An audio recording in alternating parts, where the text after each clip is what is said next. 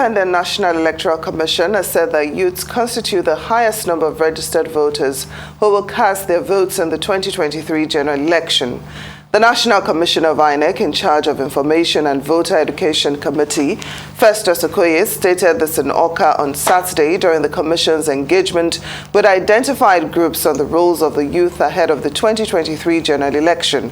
Okoye said from the electoral umpires' records, the youth hold the ace for the determination of the outcome of the 2023 elections. He said out of a total of over 9 million valid newly registered voters between June the 28th, 2021 and July 2022, those aged between 18 and 34 years old were over 7 million, representing 76.56%. Arise analyst Kayode Otitoju joins us now to discuss the change in demography of registered voters and how it's likely to shape the 2023 general election, especially the presidential poll. Good to have you on Newsday, Mr. Otitoju. Thank you so much for joining us. Good afternoon. Good afternoon. So what do you make of INEC's revelation that youths constitute the highest number of registered voters in the 2023 general election? How is it likely to affect the outcome of the election? Yeah. Really, there was youth voter apathy up till 2019. In fact, the percentage of youth that were participating, and the category then was between 18 and 25, was so low. But as a result of answers and some things that happened, in Nigeria, that arouse the, waking up of the youth, it seems as if generally they are now more responsive to their, voter call and participation in politics. Is it likely to affect the election, most especially the presidential election in 2023? Marginally, yes, it will affect it marginally, because even the figure quoted by INEC was just the marginal increase in registration between 2021 and 2022, and that was about 9 million, 1.5 million, out of which 7.1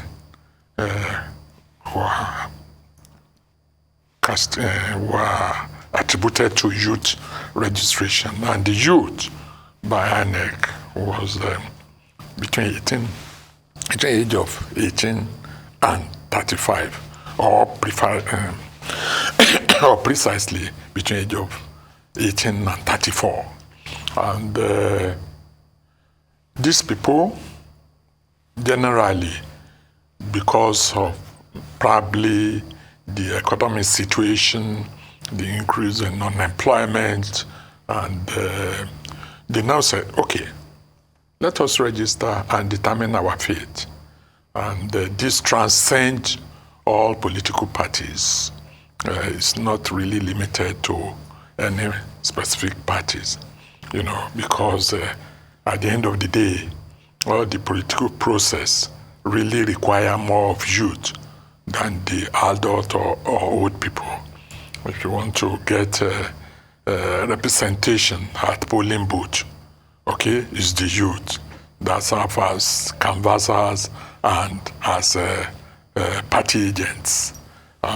So now, how can it affect the election? The marginal or captive voters, within the age of 18 and 34 bracket may now participate. They have registered, yes, about 9 million had registered. Out of that, about 2 million was even distilled from the general figure, because the general figure we were carrying before was about 96 million of registered voters. Today, it's 93.5, according to the INEC, which means about 2.5 have been removed from that late registration. So maybe effectively, out of the 9 million we are talking about, maybe about 6.5 is really the actual. And if you look at the total registration for election in 2019, it was put at 85 million. Now we're having 93 million, which means really the increase in registration or participation is about, when you deduct 94 from 93, you get about 8.5 million.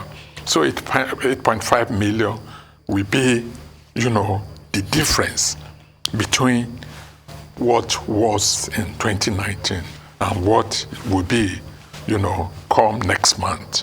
And out of that 8.5 difference, imagine total marginal difference, maybe youth is constituting about 70-something%, and this is significant. Okay. Those are a lot of numbers that are thrown out there. Just to play devil's advocate, how accurate and how largely can we rely and lean on these numbers? We do know that there have been issues with the numbers of multiple voters. We know that there's irregularities that happen, there's human error. And the other side of the question is, now that the youth have woken up to their civic duty in this time, do you think that they will follow through in that some have registered quite okay, but actually going to the polling booth on the day of elections? What are your feelings on that, both the accuracy of the numbers and also the youth actually turning out to push this? Accuracy of the number is really very difficult to determine, even for INEC. And that's why they keep on fluctuating. Distilling it and seeing, what are the parameters to be used to sieve double registration, people who are not of age. What did they? Underage voters and what. So they continue doing that. But in the end, there is motivation, for the youth and by the youth. By the youth in the sense that political parties, they are now trying to outdo themselves. And so between that 2021 and 2022, there was really motivation within the parties to get people registered, not limited to youth alone, to get them register so that they will get, more numbers. And all the parties are doing this. But it's very likely that the old parties might have been on ground and might have gotten more people within their structures at the grassroots to woo people and get them registered more than new parties that are not totally represented at the polling booths, or the polling stations. It's very likely. But, just as I said last week, anything that has to do with human behavior is subjected to subjective appraisal. It's really very difficult to say this will be the actual. And that is why when you are using any statistical means, the statistical test that you will use for, say, effect of medicine, a certain drug on human being, when the what they call it now, not deviation, when the statistical Fluctuation. is so much, when you are talking of 0.001 for medicine for human being, okay? When it is social matters like election, if you still have the Oh God. Fluctuations. That's the terminology The discussion is just getting so over interesting. 20% is still statistically insignificant. The probability. The probability of statistical. Mr. Otitoju, thank you so much. It's so unfortunate, but we've got to go. Thank you so much for joining us on Newsday. Thank you.